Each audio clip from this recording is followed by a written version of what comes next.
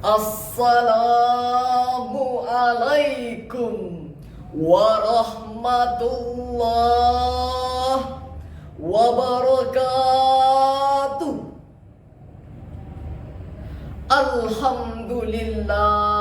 Alhamdulillahilladzi ja'alal Indonesia daulatan mustaqila bi anwa'il atatil mukhtalifa walidzalika aujabainal ukhwa. Ashhadu an la ilaha illallah wa ashhadu anna Muhammadan abduhu wa rasuluh la nabiyya wa la rasula ba'da. Amma ba'du. Pertama-tama, marilah kita sampaikan puji dan syukur kita kepada Zat yang telah menciptakan dualisme dunia, yang mana tidak akan bertahan satu jika tidak ada dua.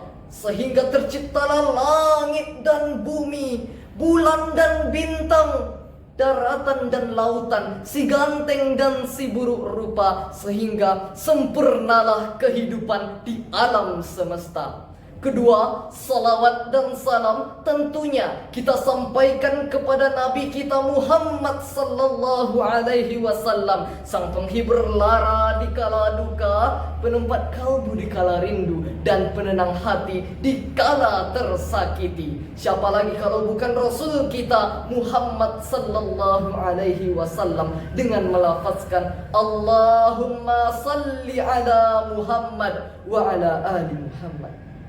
Perkenalkan, saya Rehan Akil Arhandri menyampaikan pidato dengan judul Isra Mi'raj Nabi Muhammad sallallahu alaihi wasallam. Dewan Hakim yang bijaksana, hadirin yang berbahagia. Perlu kita tahu bahwa 14 abad yang lalu terjadi sejarah yang sangat besar bagi umat manusia. Bahkan tidak sedikit yang masih mengabaikan kejadian ini. Apabila kita masih mengaku beriman, percaya kepada Nabi dan Rasul, kita juga wajib percaya terhadap peristiwa ini. Isra Mi'raj, yakni perjalanan Nabi Agung Muhammad sallallahu alaihi wasallam bersama dengan malaikat Jibril menuju ke langit dan menerima perintah salat 5 waktu. Akan tetapi hadirin, Isra dan Mi'raj sebenarnya terdiri dari 2 bagian perjalanan Nabi Muhammad sallallahu alaihi wasallam, yakni Isra dan Mi'raj. Pertama, peristiwa Isra. Peristiwa Isra merupakan perjalanan Nabi Muhammad sallallahu alaihi wasallam dari Masjidil Haram di Makkah menuju ke Masjidil Aqsa di Palestina. Kedua, peristiwa Mi'raj. Peristiwa Mi'raj hadirin merupakan perjalanan Nabi kita Muhammad sallallahu alaihi wasallam dari Masjidil Aqsa di Palestina menuju ke langit ketujuh atau Sidratul Muntaha. Dewan Hakim yang bijaksana, hadirin yang berbahagia. Perjalanan ini adalah satu-satunya perjalanan dalam sejarah umat manusia menuju ke langit ketujuh dengan waktu yang amat singkat. Dalam peristiwa ini, Nabi Muhammad sallallahu alaihi wasallam ketika dalam perjalanan, Nabi Muhammad dari kota Mekah ke kota Palestina, kemudian naik ke Sidratul Muntaha, merupakan peristiwa yang sangat fenomenal dengan menembus langit tertinggi hingga batas yang tidak dapat dijangkau oleh ilmu pengetahuan manusia. Dan peristiwa tersebut hadirin dikenal dengan peristiwa Isra Mi'raj.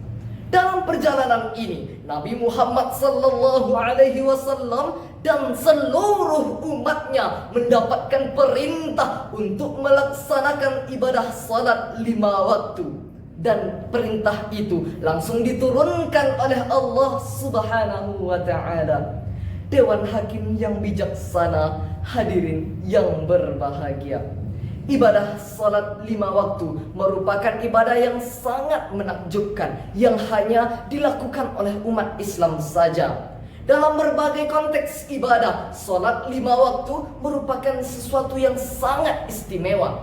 Misalnya hadirin, dapat kita lihat dari segi kesehatan, melaksanakan sholat 5 waktu dapat membuat badan tetap sehat. Sedangkan dari segi spiritual, dapat kita lihat bahwasanya ketika melakukan sholat 5 waktu akan membuat jiwa menjadi tenang dan hati merasa selalu dalam lindungan Allah Subhanahu wa ta'ala.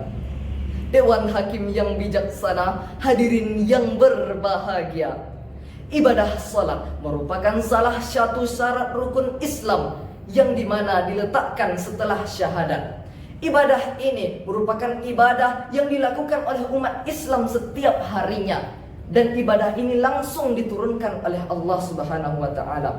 Kita melakukan ibadah tersebut 5 waktu dalam sehari semalam. Jumlah seluruhnya adalah 17 rakaat. Semua muslim wajib hukumnya untuk melaksanakan salat tersebut, kecuali yang sedang sakit atau wanita yang sedang haid. Akan tetapi hadirin, dalam menjalankan ibadah salat 5 waktu, terdapat 4 golongan manusia yang berbeda.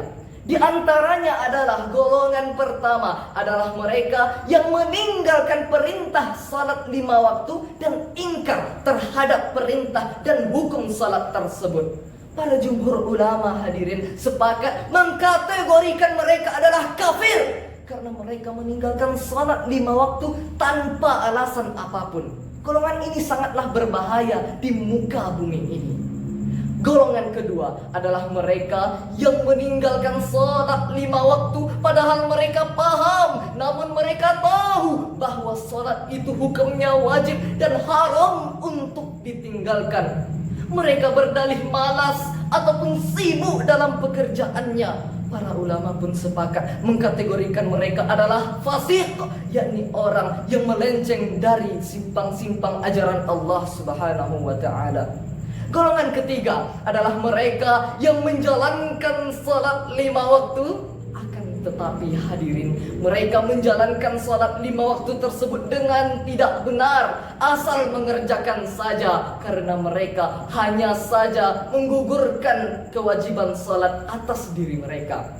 Dan golongan terakhir hadirin adalah mereka yang menjalankan ibadah salat 5 waktu dengan hati yang ikhlas menurut ajaran dan syariat Islam. Dewan Hakim yang bijaksana, hadirin yang berbahagia, semoga kita semua termasuk golongan yang keempat, yakninya golongan yang menjalankan ibadah salat 5 waktu menurut syariat dan ajaran Islam. Semoga kita selalu mendapatkan hidayah untuk menjalankan salat tersebut dan menjadikannya sebagai kebutuhan kita dalam kehidupan sehari-hari. Saya rasa cukup sekian dari saya. Terima kasih atas perhatiannya. Mohon maaf atas segala kekurangan dan salah. Wabillahi taufik wal hidayah. Assalamualaikum warahmatullahi wabarakatuh.